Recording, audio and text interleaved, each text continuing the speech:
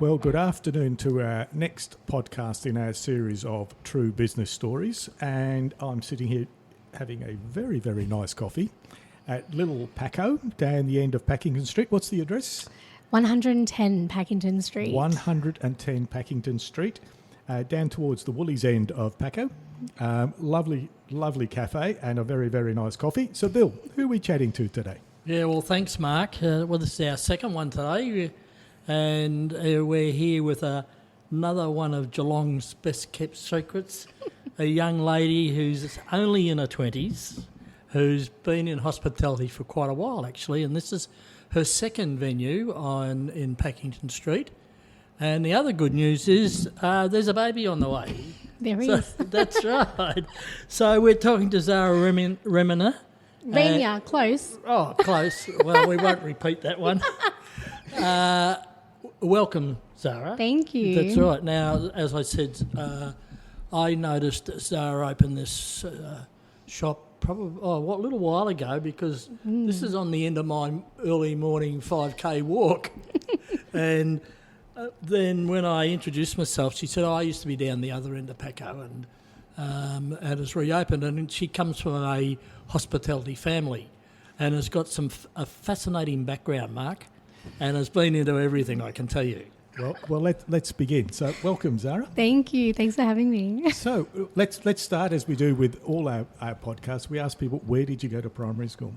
I went to St. Robert's in Newtown Primary School. So, you're really local. Yeah, I am. Okay. Yes. And did you go into high school from there? I did. I went to Sacred Heart College. Oh, okay, cool. Yeah, Sacred great Heart. school. Great school. It is. Very good school. Yeah. And then once you reached the end of your schooling, what did you want to do? Did you know what you wanted to do? I actually went straight into university. I was studying sports science at Ballarat Uni, but I only lasted 6 months. It just wasn't for me. Wasn't for you? No. And it's interesting, isn't it? The number of people we've spoken to who think that's where they want to go and then go, nah. Exactly. And then they decide something else. So yeah. What flipped you out of sports science? What did you do then?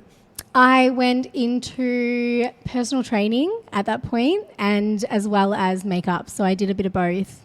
Yeah. So you like fitness and... Yeah, I did at the time and not so much anymore. I don't have time. But yeah, so I did a bit of everything back then. Yeah, and with your... Were you doing personal training one-on-one? Yeah, so I was doing... Or Geelong? No, in Geelong at that point. So I was doing running group sessions down at the waterfront. Yeah, so which was fun. And then I went into like training with kids for a little bit. But yeah, I just got bored of it after a while. And so what tipped you back into the hospitality industry?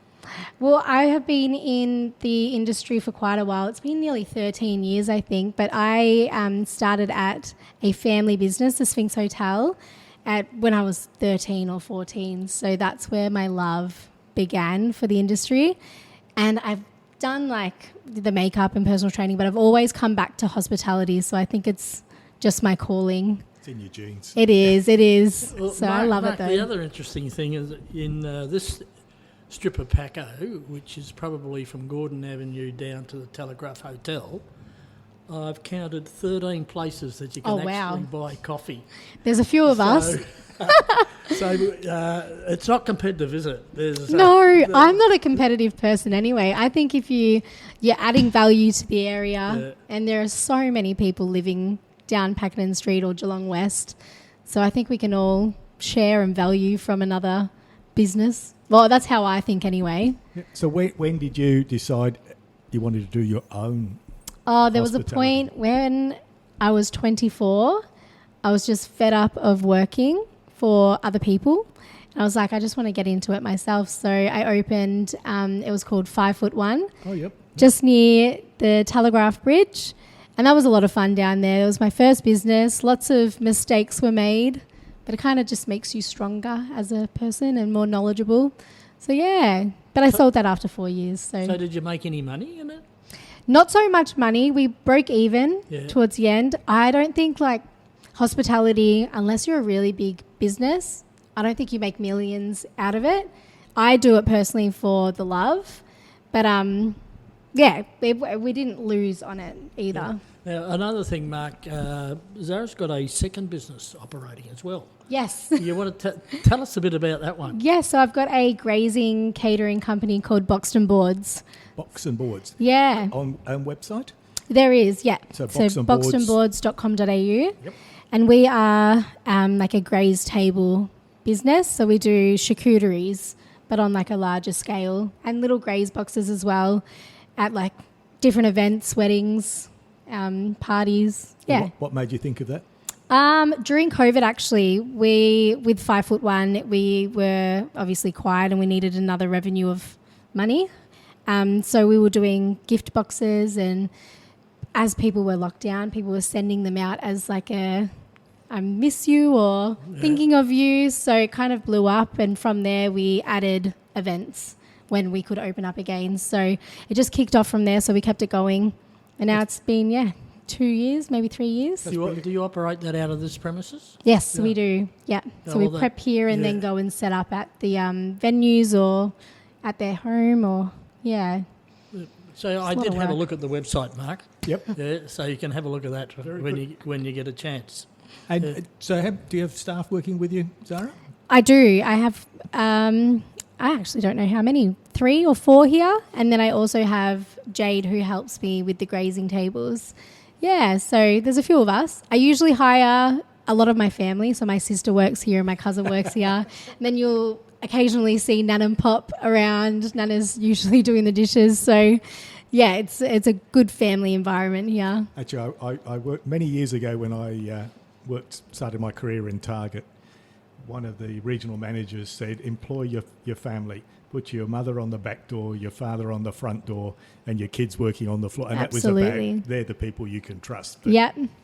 Bit harder in a big store. But yeah, exactly. Yeah. No, everyone. Mum comes in, everyone helps out. So it's just, this cafe especially has a good family community vibes. So, and then with my family running around like crazy, so it just brings it all together. So what sort of clientele do you pick up here? And I would imagine you got some from your previous. Yeah, a lot have come back. Yeah, so which is lovely because we built up quite a big relationship with all of our customers, and now we've got everyone. Kind of, there's a broad range of people from the young, the elderly, we got corporates. We take everyone. We don't discriminate. Yeah, fair enough. So Zara, how do you market the business? Is it word of mouth, or do you use social media? Social media. I didn't really market this one as much at the beginning because I wanted to open up softly and see what I needed to change it. But yeah, social media is our biggest. Instagram is our biggest source of marketing. So you I just post photos. Regular posts? Yeah, usually every day, a couple of times a day. Yeah, which is good. And word of mouth as well. Yeah, it's big. We're big talkers. That's all right. So tell me, when you get up in the morning and you drive to work, yes, what are you thinking about? What am I thinking about? I usually get up at 5:30, so I don't think I'm thinking a lot. I'm thinking about getting the papers and then driving here and making sure I've got my keys with me and my till with me. But no, I don't even drive with the radio on in the morning. I think it's just I need to wake up, I need to come here and have my coffee, and then it's on from there. And what about the food side? Do a lot of coffee, of course. Yes. And what about the food side of the shop? Well, we don't have a fully functioning kitchen, so we do deli sandwiches, so lots of Italian meats, and then we cook at our other venue, prep all of our other foods. So we've got like sausage rolls, bureks that we get from Joey's Continental. We do a whole array, like different little nibble type situations. But the sandwiches are our main food here. Okay. Tell us about the worst thing that's happened to you running this business. Oh. No names, just the... Nothing as of yet. Not in this business. I don't know, actually.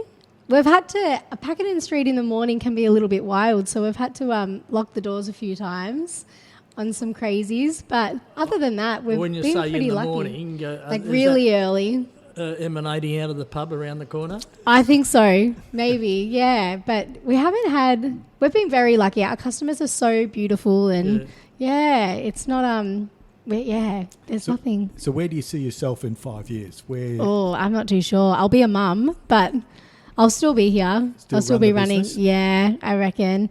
Before I found out I was pregnant, Dad and I were meant to open a restaurant in James Street. But as soon as the baby announcement came, Mum said, no restaurant. So that's what I would have done. Yep. I do have the plans still, so I'll probably revisit it one time. Because that's still your passion. Yeah, hospitality. Yeah, it is. Bigger. Yeah. Well, there's been a few famous food companies I guess, start in as small sort of sandwich shops and that, or bread shops. I can think of 2 in James Street and around that area. And I know the big... Duck started in James Street, I think, didn't he? No, he was up in Newell, and then Albert Park. Sorry, Truffle Duck. Truffle Duck started there. Yeah, Truffle. Hugh started there. I've got a feeling that...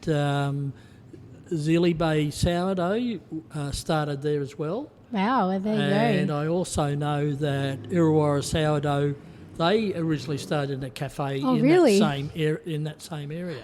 So it's a bit of an incubator. Place to be. Bit of an incubator. It is. It's quite well positioned. So it is, and it's such a booming area now. It's kind of the food precinct of Geelong, I feel. Or Little Mallup Street and James Street will eventually change. So if you were helping somebody start out, because you're only young, what advice would you give them? Do your research and do a business plan, definitely. I didn't do one with my first business. I just opened it willy-nilly. I actually had $500 in my account when I opened 5 at 1. And but you'll learn. Don't be scared, take risks. Which this is a big risk. You're opening a business with your own money, and and enjoy it. Did you have a mentor? My family, my dad. Yep. He has been in the industry for quite some time. So I kind of just asked them for help when I needed it. You bounce ideas off him, and my partner, kind of everyone. Our family, we're big foodies anyway, so we all help each other when we can. Because we're big on making sure people find a mentor, just because you can't do it on your own. No, definitely can't do it on your own. You need to be able to unload and say, hey, how do I fix this? Well, you need somebody to be able to also be game enough to tell you when you need to be told some of the hard, that's my mum. The hard questions, right? That's my mum. She tells me for sure if I'm doing something wrong. But then I also like learning from my mistakes, and you have to kind of be on your 2 feet and learn. Otherwise, you're going to continue making those mistakes throughout. On that, while I'm talking about learning, because Mark and I are into continuous learning, how do you follow the trends? How do you keep yourself up to date with what's going on? I go out and try different cafes, or I just eat out, really. And Instagram's massive. You can go through so many pages, and there's so much inspiration. Pinterest and... So, it's just different trends are online. It's in front of you. You just have to find it and go and research yourself. And so that's good. I mean, checking your competition, even though you say you're not competitive, you still need to get a feel for what we don't copy anyone per se, but the industry itself, everyone copies. Like everyone has a avocado on toast, or but you can't really change a cafe, an Australian cuisine cafe. You just have to make it your own. Yeah.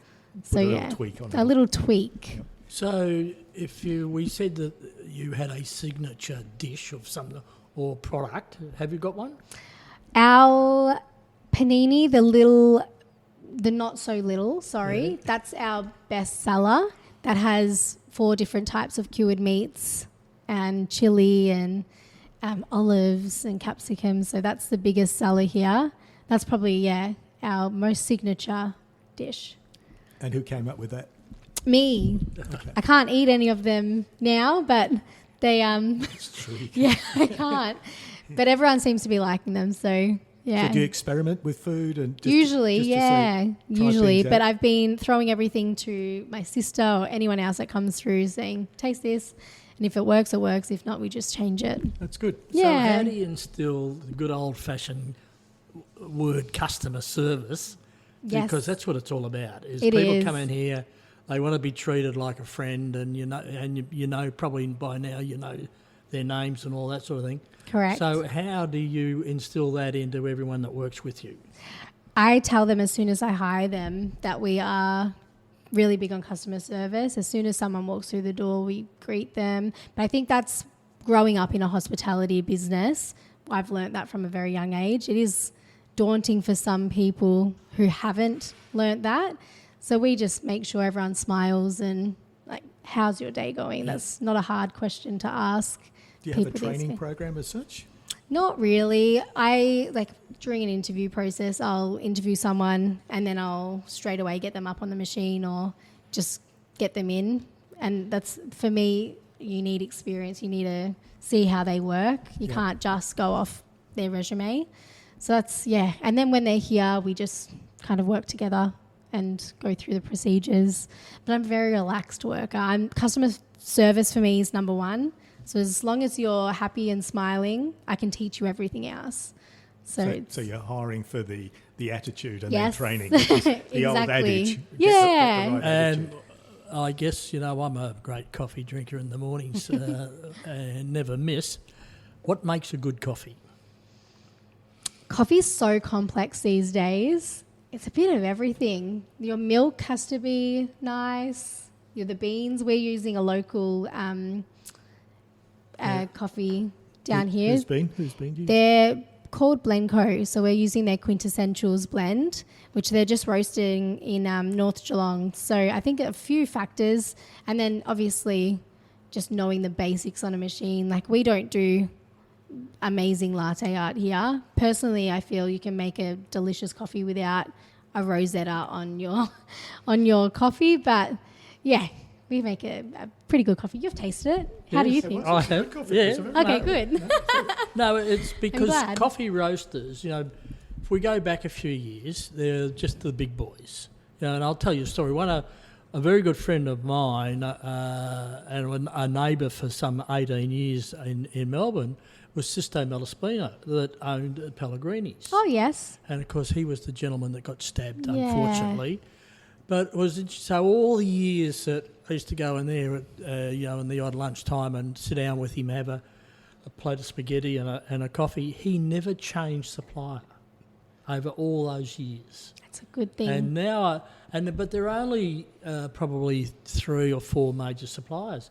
Now there's coffee roasters everywhere. Oh, they're everywhere. Yeah. Yeah, I'm constantly getting emails. Can you come and taste our coffee? Would you be thinking of changing? But we use them on my previous cafe and love them. And they're a family as well, and they're always in checking up on you. So there's a lot of support, and that's what I like. They don't just forget about you and go on to the next customer.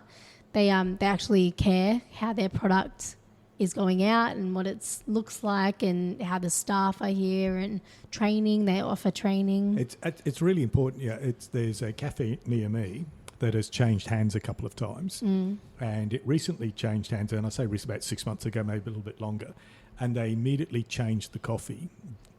And they Good way to upset people. They Very used to good get way. a very large group of bike riders go there for coffee in the morning, and they all complained about the coffee and said, "We don't like your coffee." And they were told, "We don't want you here anyway because you only drink one coffee." So they moved.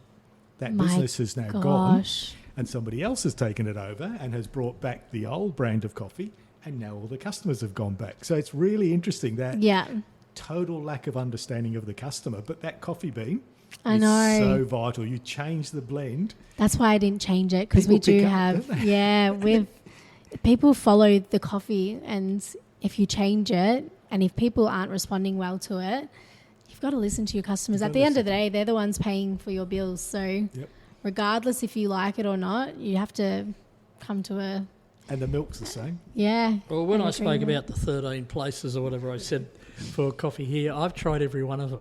Oh, really? Yeah, because, it's, You have to. Yeah, and not that I can name them, but there are probably 3 spots that I will not buy coffee from because I don't like the coffee. Of course. And then there are a couple of other spots where I go in there and they think I'm an old granddad coming in there, and they serve young ones before they get to me. So Oh, really? that happened to me one day. Oh, Maybe gosh. you could mystery shop for Zara and give them the There we go. But and that's why I often wonder about how many coffee roasters there are. And we have a friend that's got a coffee cart in Ocean Grove. Okay. Because her brother has set up a coffee roasting place down in Warrnambool.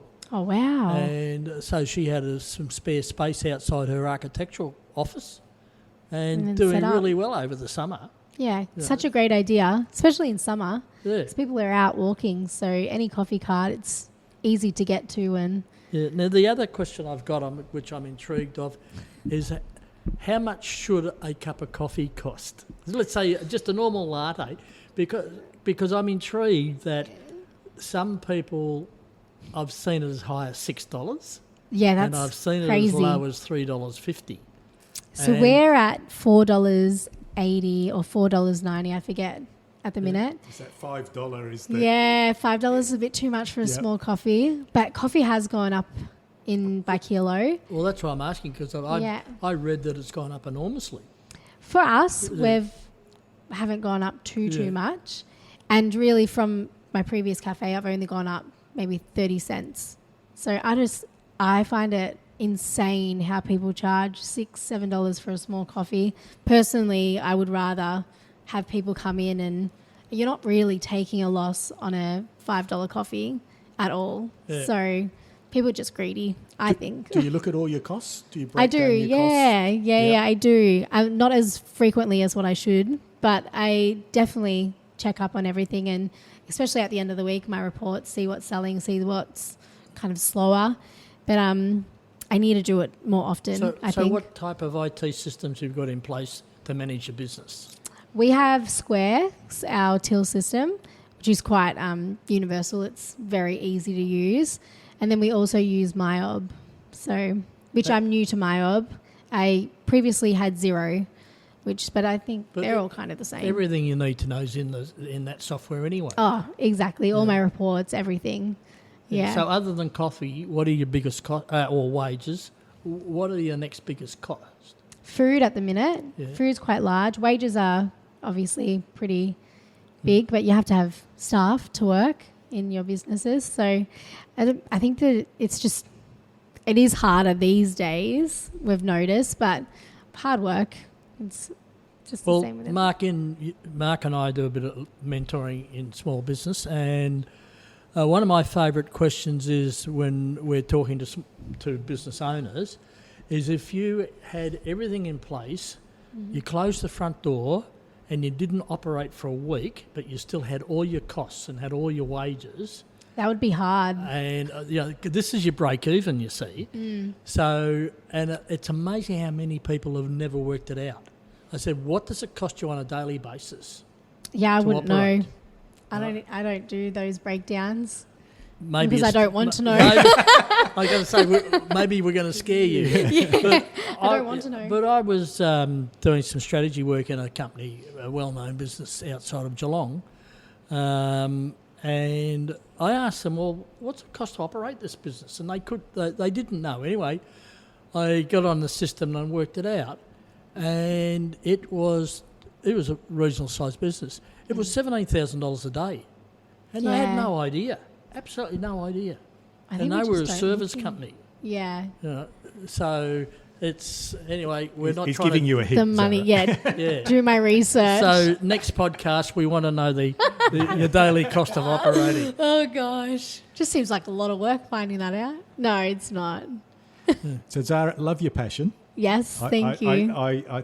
The customer service just shines through because I'm glad. it is so cool to see what you're doing, and I think you'll be an example to a lot of millennials, as we said at the beginning, to have a go. Don't be afraid to have Absolutely. a go, change ideas, and then Yeah. get in and see if you can make it work. Yeah, And exactly. You've done that. Yes, So when's your baby due? she's due in May, in the middle of May, which is crazy. Fantastic. Well, It good luck. is. Yeah, thank Hope you. it all goes well for Yeah, you. Fingers crossed. Yeah, thanks, Mark and Zara. And I'll go back to another podcast we did with the Gordon Tafe, and they have just spent $20-odd million rebuilding their hospitality school. Oh, wow. And anybody aspiring to make a start in hospitality, I'd thoroughly recommend they go and have a look at the course there at the It would be a That's while to go such and a have good a look at idea. what they've we done. can, Absolutely. we'll arrange for you to go and have a look. That would But be you should great. see the coffee training room. Yeah, it's It's fantastic. unbelievable. Oh, really? Yeah. So Very anyway, good. anyway, Zara, it's we've had a couple of goes at trying to get together. A hard one to grab onto. That's right. No, she blamed baby brain on it. It actually was. I honestly, baby brain's a thing. I didn't realise until I was actually with child. So it's definitely a thing. All right. Good luck, and Thank you. I guess I'll be seeing you more often in the mornings. Sounds good. You're a lovely lady, Zara. Well done. Thank you so much.